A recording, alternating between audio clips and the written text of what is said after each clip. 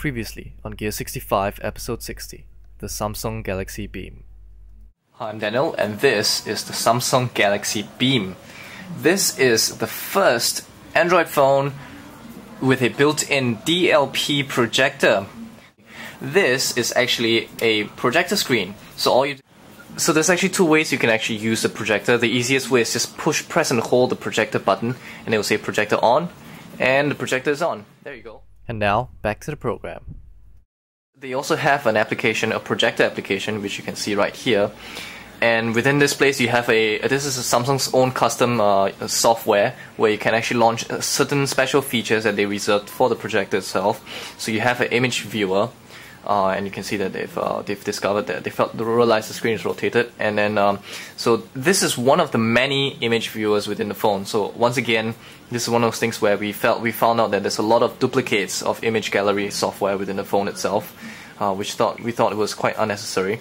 At the same time, there's also a video application. So likewise, you know, it's another one where you can actually just show videos. So for example, maybe we can show a video like this. And you know, it's quite interesting here. So you can actually just kind of increase the size like that. So you can see it's actually outputting video on the projector itself. Quite an interesting concept. The speakers aren't loud enough, of course.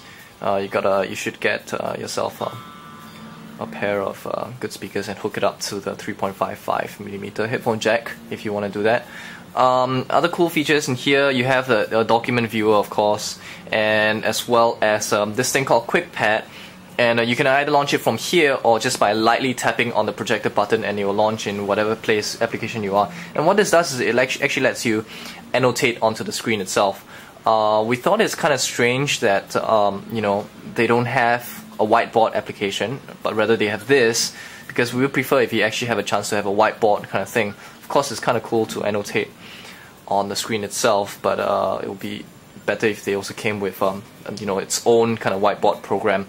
Here's another interesting feature. They call this Visual Presenter, and what this actually does is it actually turns on the camera at the bottom, and you can see it kind of turns it into a visualizer, and this is also, so you can actually push this. Right now it's a tall one, you gotta push this button to turn it into the wide one. Of course, that also means that everything will be rotated by 90 degrees. But you know, it's a very interesting concept to have a visualizer onto the device itself. It makes sense, and it's totally brilliant. It's kind of smart, and that's also the reason why this camera actually has a built-in flash, because you can actually turn on the light and really turn it into a proper visualizer. You can actually you can take pictures and take video straight from this application itself. So that was actually, we thought, was a very smart feature. And of course, you have the normal projector settings. Alright, you can change the brightness of it, so maybe I can boost up the brightness of the projector itself. And then this setting, screen off when projector is in use, is usually turned on, so I actually recommend that you turn it off because it's a little annoying sometimes. They got something called the ambience mode. Basically, it kind of projects something onto your ceiling in your bedroom at certain timings, you know, just kind of help you wake up or something like that. Never really tried it myself, but it sounds kind of interesting. So this is basically some of the features that is inside this phone. Some strange things about the projector. You cannot use the GPS when the projector is on. We don't know what is the relation between the GPS and the projector, but there's no way for you. So I can turn on the maps right here, and you can see Google Maps. It will show you that you cannot use the projector when the GPS is on. So we thought we couldn't understand what's the relation, but this is one of the strange things. The other limitation is that you can't actually use the built-in camera software when the projector is on. They'll just switch off the projector and tell you that that's not possible, which is kind of strange to us, because as you saw it yourself, there's actually a visual presenter mode within the projector itself that uses the camera. So we don't know why they won't let you use the built-in camera when the projector is on. The only way to use it is use the visual presenter mode.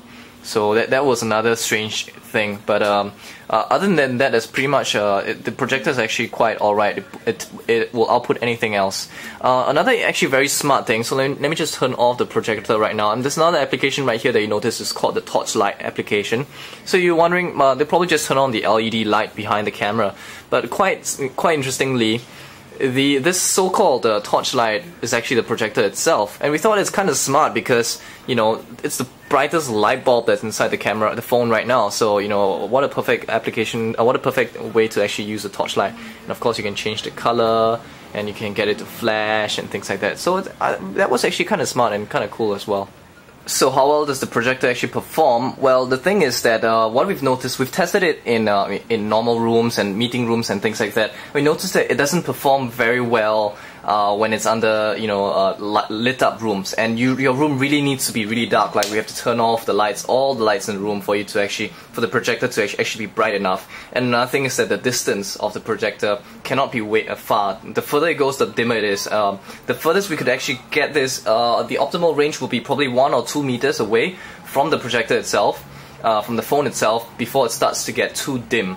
So, you know, this is more of like one of those things where you would actually use this temporarily. You know, you need to need to have some sort of a sales pitch or something like that within a small room. It's not designed for you to replace your, you know, full-scale projectors, because it just isn't bright enough. And you know, to be honest, small projectors like this usually aren't that bright anyway. So, you know, that is one of the things that you really need to be in a pretty dark room to actually be able to use this well.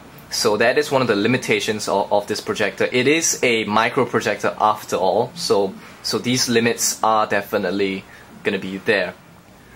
So that's it. This is the Samsung Galaxy Beam. On its own, it's actually a pretty good phone, albeit a little thick. So compared to the Galaxy S, it's definitely much thicker.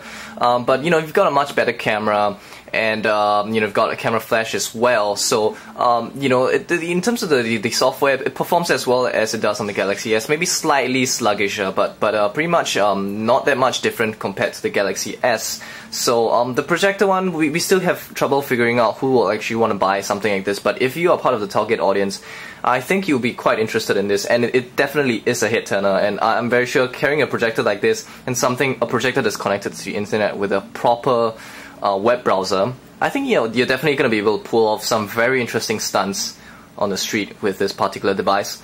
So this is the Samsung Galaxy Beam. If you want to check out more videos of all our gadget reviews and things like that, check out www.tech65.org. We have a new show called Fresh right now, where you can actually go listen to it. It's an audio podcast, and on that show we actually go into more in-depth in terms of talking about you know, the gadgets, basically the views of the Tech65 crew with regards to the gadgets, unlike Gear65, where we actually give you close-ups of devices and things like that.